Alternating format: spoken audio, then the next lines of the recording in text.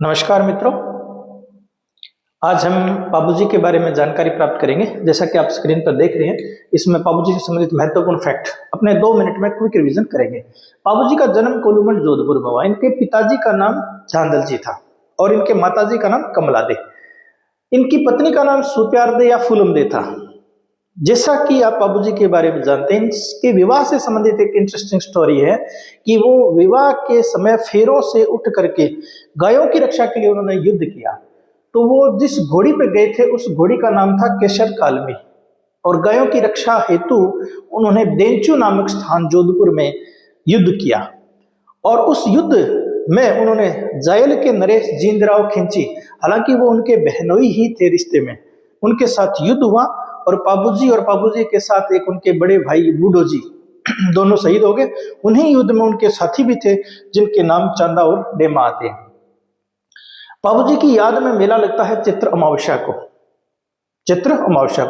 बाबूजी के बारे में अगर आप और जानकारी देखें तो इन्होंने 7 थोरी भाइयों को भी शरण दी थी, 7 थोरी भाइयों को। इसके अलावा हम अन्य फैक्ट में जाने तो लक्ष्मण का अवतार इनको माना जाता है। ये राजस्थान में पहले महान पुरुष थे जो ऊंट को लेके आए थे।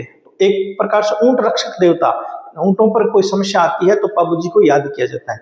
ये एक बीमारी है प्लेग, उसके भी निवारण किया जाता है, इनको याद करते हैं तो वो बीमारी भी दूर हटती है, ऐसी मान्यता है। तो प्लेग रक्षक देवता कौन? बाबूजी। ऊंट रक्षक देवता कौन? बाबूजी। लक्ष्मण के अवतार कौन? बाबूजी।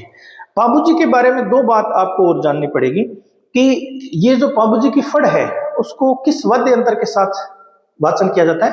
रावण हत्था। अब बात आती है कि फड़ होती क्या है। फड़ एक कपड़ा होता है, उस कपड़े पर चित्र होते हैं, किससे संबंधित? किसी भी महान पुरुष से। तो बाबूजी की फड़ है तो उसमें बाबूजी से संबंधित चित्र हैं और उनका भील जाति के जो भोपे हैं वो उनका क्या करते हैं? वाचन करते हैं।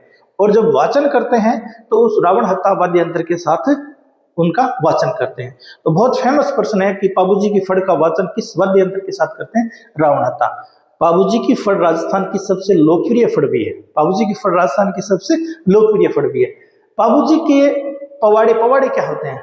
जब बाबूजी की वीर गाथाओं को भजन के रूप में बताते हैं, भजन के रूप में वाचन किया जाता है, भजन के रूप में, तो वो जो बाबूजी के जो भजन है वीर गाथाओं से संबंधित वो पवाड़े कहलाते हैं।